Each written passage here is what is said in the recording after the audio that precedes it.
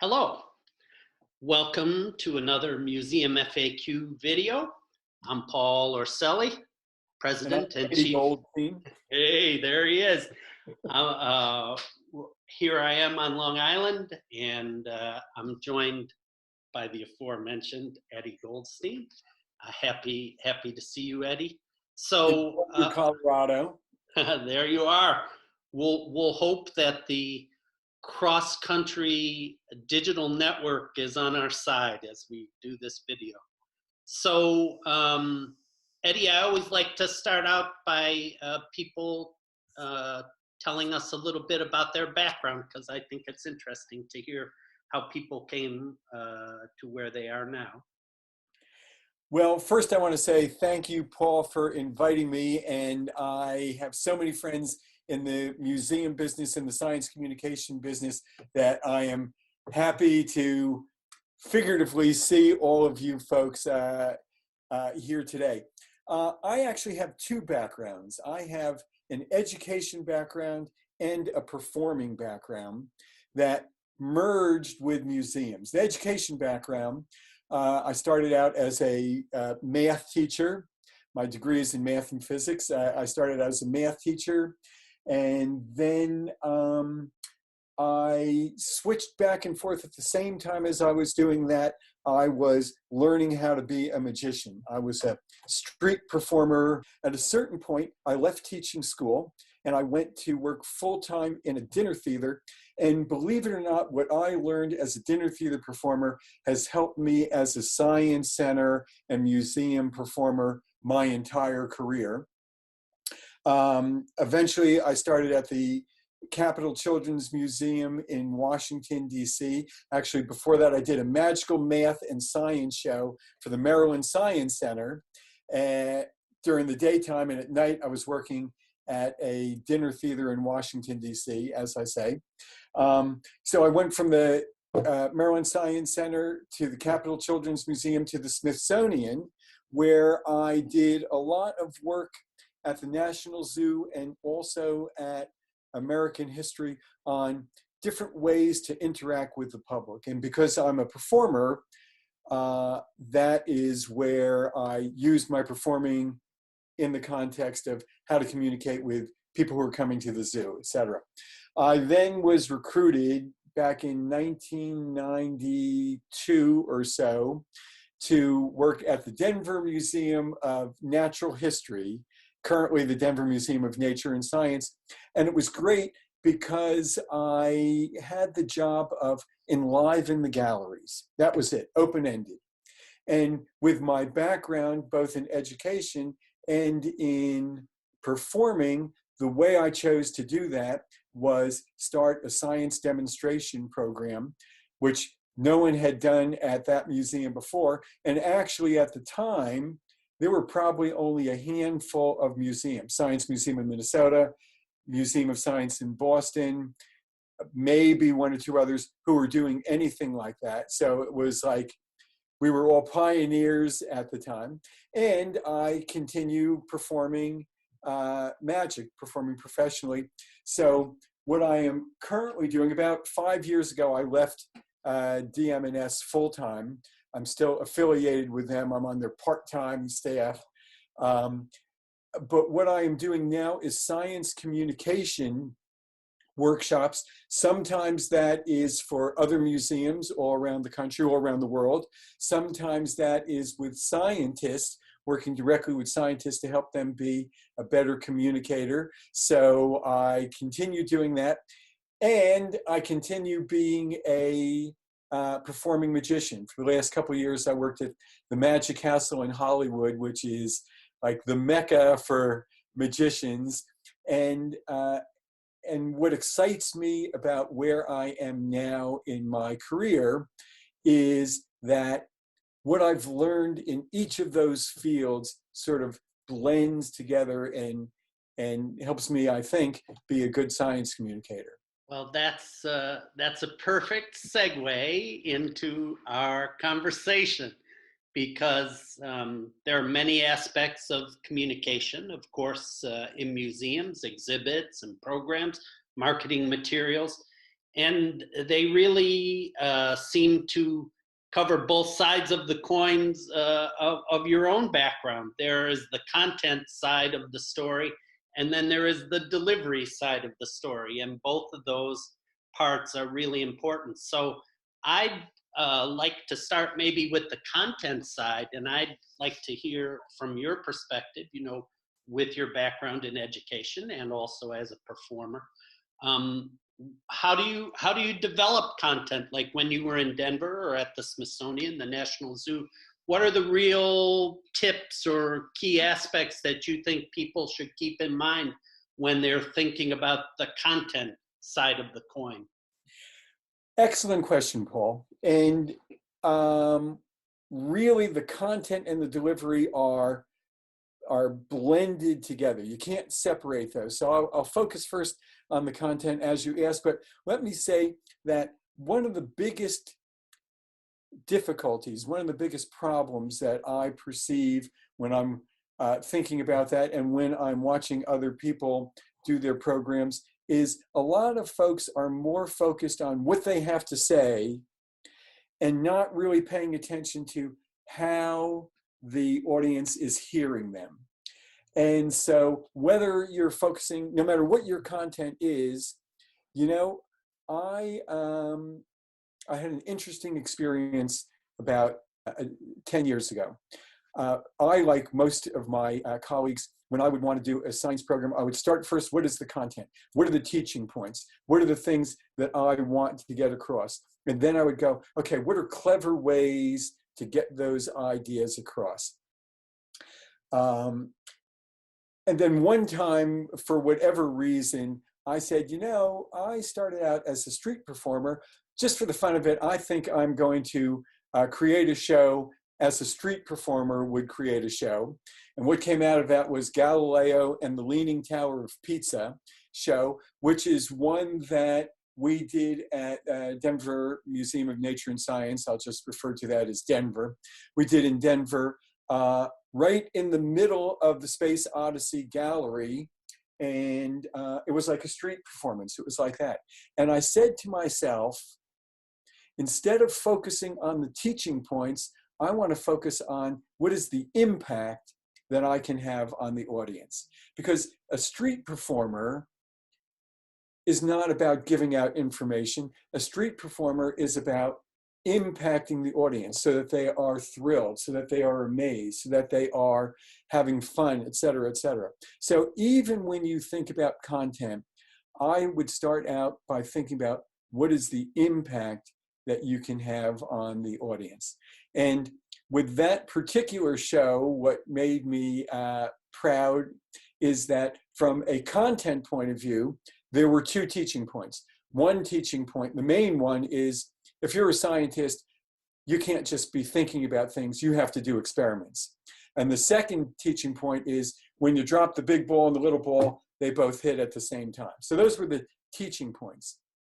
But the impact points were, I wanted the visitors to have fun. I wanted them to feel that they were either at a circus or at a street show. I wanted them to enjoy themselves. And I had certain reactions that I wanted to get from the audience. So as a performer, I think about, how do I get them to applaud? How do I get them to laugh? As an educator, you usually think about, here's the stuff I want them to learn. But it was the combining of those two things. And as I was starting to say, what I was particularly proud of with that show is that the theatrical climax and the educational climax happened at the exact same moment. And that was when I climbed to the top of the ladder dressed as Galileo, cartoony kind of Galileo, with a giant water balloon over here and a small water balloon over here, and the audience on that side ready to throw up their hands and scream, hey, when this ball hit, when this balloon hit, and the audience over there ready to throw up their hands and scream, hey, when this ball hit, and there's water balloons and there's kids all down there, and when I drop them and the balloons hit and water flies everywhere and the entire audience yells, hey, that's the theatrical climax and the educational climax. And so that is what I'm striving for these days, is how to blend those two things. So now that I heard you thinking, and I'll take your point absolutely, that you sort of can't separate both sides of the coin. They are one coin.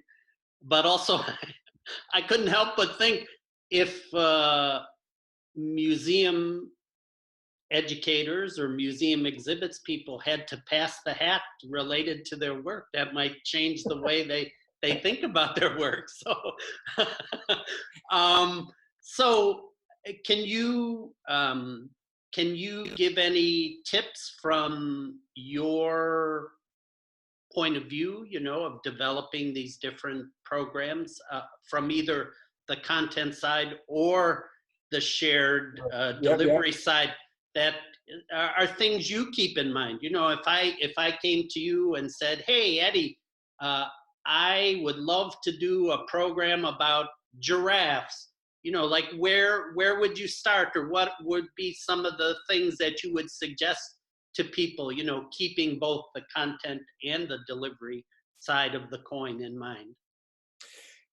I will tell you a story about giraffes. I used to work at the National Zoo, which is part of the Smithsonian. The very first animal that I ever saw born was a giraffe. And it was This is amazing. not a setup, by the way. This is not a setup. This is not a setup.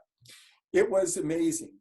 I got to the zoo that day. They said, get down to the giraffe area. There's a giraffe that is giving birth. So the mother giraffe is sitting there munching on the trees, etc. And the baby giraffe is about halfway out of her at that point. The legs are out. And over the course of 45 minutes, it came out further and further and finally dropped to the ground. The dropping to the ground is what breaks the umbilical cord. But that was not the end of the process. The mom then started licking the giraffe to clean it off. It was very, very interesting. And within 30 minutes, that giraffe was up on its 4 legs. So the giraffe, even though it was a newborn, was already 6 feet tall, taller than me, and looked dry. And I asked somebody, why is that it's amazing that the giraffe was up so quickly? And they said that's an evolutionary type of adaptation, because that giraffe needs to get moving. There's lions that would love to munch. I'm not sure about lions. There are other predators that would love to munch on that giraffe. So getting it up and moving was essential. And I remember going back later in the day. By that point, the giraffe was totally dried off. It was awkwardly walking around. And if somebody had asked me, how old do you think that giraffe is? I would never have said 4 hours. I would have said a couple months, just because I didn't know. The reason I tell you that story is there was a number of things that you could learn about giraffes, even in hearing that story, about how they ate, about how it must not have been painless, about some of the evolutionary adaptations that come from giraffe. And this was just spur of the moment that you mentioned that to me. And so finding a story that is interesting is a lot better way to do it than giving a bunch of facts. And there is a lot of what you hear about telling a story. Telling the story does not necessarily mean once upon a time or any of those kinds of things. It can be a story just the way I told you that story, which was not, Mr. Giraffe and Miss. It was not. You were sharing a real experience that you had, and along the way there were some key points that you could expand on, or I could have pulled away and be like, oh, I didn't know that the baby giraffe dropped down and then the umbilical cord broke, or what have you. Yeah, yeah. And so it's very interesting. The thing that I thought about afterwards that I think is funny is, had that been a Disney movie, the entire zoo would have been singing and chirping because the new baby giraffe was born. It would have been all over the zoo with hummingbirds. But in actual fact, The giraffe king. the giraffe came, where in actual fact, the animals in the next enclosure had no idea anything was happening. You know, it was just like they're munching on that stuff. So that is one point on the content side, is when you find something that you decide or has been handed to you, what is the thing that you can turn that into some sort of story to do? Another thing that is important is starting with where the audience is, starting with what they know. So, you know, I might have to say a little bit more about giraffes because I'm not assuming that people know anything about giraffes. I just touched on the fact that, you know, there are predators that are out to get them, but I might need to emphasize that a little bit more. So starting with where the person knows. And I was lucky enough for many years in Denver to get to choose what stories I wanted to tell, choose what programs I wanted to do. So finding something that is interesting to me, finding something that's interesting to you, the folks who are watching this today, and going from there, I think that is an important part of this whole thing. Yeah, well, that's super important. I mean, if a story or an exhibition or a marketing event is not interesting to you, why do you think it's going to be interesting to visitors? I mean, if you can't even garner enthusiasm for it, that's a really good point. And I want to say something about that, Paul, that you bring up, which is excellent, which is that it's interesting to me. Now, I also have to communicate that interest, that I thought this was the coolest thing. I saw this giraffe going down. I had never seen anything like that before. That's a lot different than giraffes live in the jungle. When a giraffe is born, this is what happens in a giraffe. So part of the performing is, how does one show their passion? And this is the fourth time today that you've done this show, and you've done it for the past several months already. What are the techniques that you do to show your passion? What are the techniques that you do to keep it fresh? What are the techniques that you do to get the audience excited and curious about what you're interested in? Because as you just pointed out, if it's not interesting to me, it's certainly not going to be interesting to them. I'm taking that a little further. I have to make sure you know that it's interesting to me, not just. Yeah, that's sort of, that you sort of show that's sincere enthusiasm that is infectious to other people. If you're, I mean, somebody could be talking to me about a subject I might not have thought about or cared about. You know, one time I met the president of the International Sand Collectors Society, and I thought, oh boy, what am I going to learn from this guy? It was super fascinating. It was like going down the rabbit hole in Alice in Wonderland. This guy knew everything about sand and had sand from all around the world. And I became interested in, because he was so enthusiastic and knowledgeable. Did you ever hear of squeaking sand? Yes. And I have to tell you, I was on a beach in Thailand, in Phuket, Thailand, and I'm walking across the beach and it's going, eep, eep, eep, eep, eep. So it blew my mind. I went and got a bagging and I brought sand home. I never did figure it out, but then I was talking to Alan Nursall, a mutual friend of ours, and he had done a show in Canada on CBC in Canada, all about squeaking sand. There you go. There you go. So, I mean, also that's the benefit of working in this business. We gather all sorts of really interesting information when we work on projects. I wanted to go back to one thing you mentioned a couple of times, Eddie, because I think it's important, and maybe you could talk about how you avoid this trap of sort of you as a presenter having a lot of content and a deep level of content, but sort of resisting that urge. And I'm going to just give an example. Sometimes you go often to a historical site and there's a well-meaning volunteer or docent who sort of grabs you by the lapel and is going to tell you every possible thing that they know for the next half hour about this site or this person or whatever.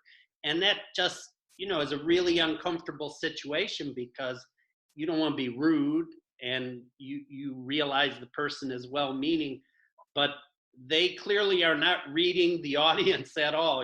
They're just sort of like opening up a faucet and spilling it all out. So just since you mentioned it a couple times, how do you sort of find that balance? And also, how do you read the audience? I mean, do you sometimes truncate part of the show or edit on the fly, depending on reading the audience?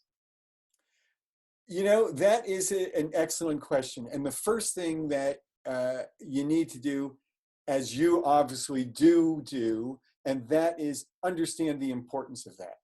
I one time had, I'll tell you two quick stories. One time when my daughter's school was going to come to the Denver Museum of Nature and Science with her school trip, I said, okay, I'm taking the day off. I'm going to just be one of the chaperone dads and come. And I went and I took the bus all the way from the school till we dropped the kids off at the bus back at the school. Then we got to Prehistoric Journey, and now I, as one of the chaperones, knew that I had to get all these different places at certain times, and I wanted the kids to see the dinosaurs, etc. We had that same situation where a volunteer did exactly what you said, and the kids were like thrilled, but I'm going, we've got some time constraints over here.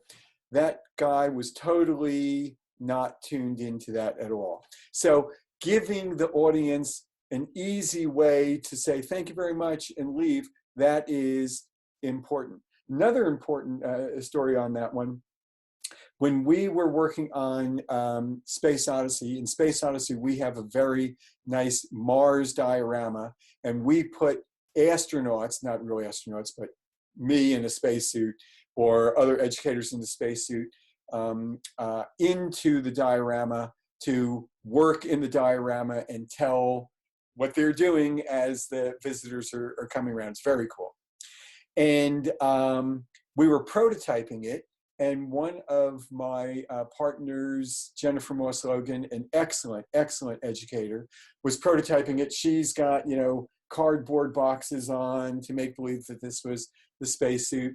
And somebody else in the prototyping said, now, Jennifer, what is that thing you have on your back? And she went, let me tell you. And she went into 15 minutes of where the air goes and how the pipes work and what the pressure is outside. And 15 minutes.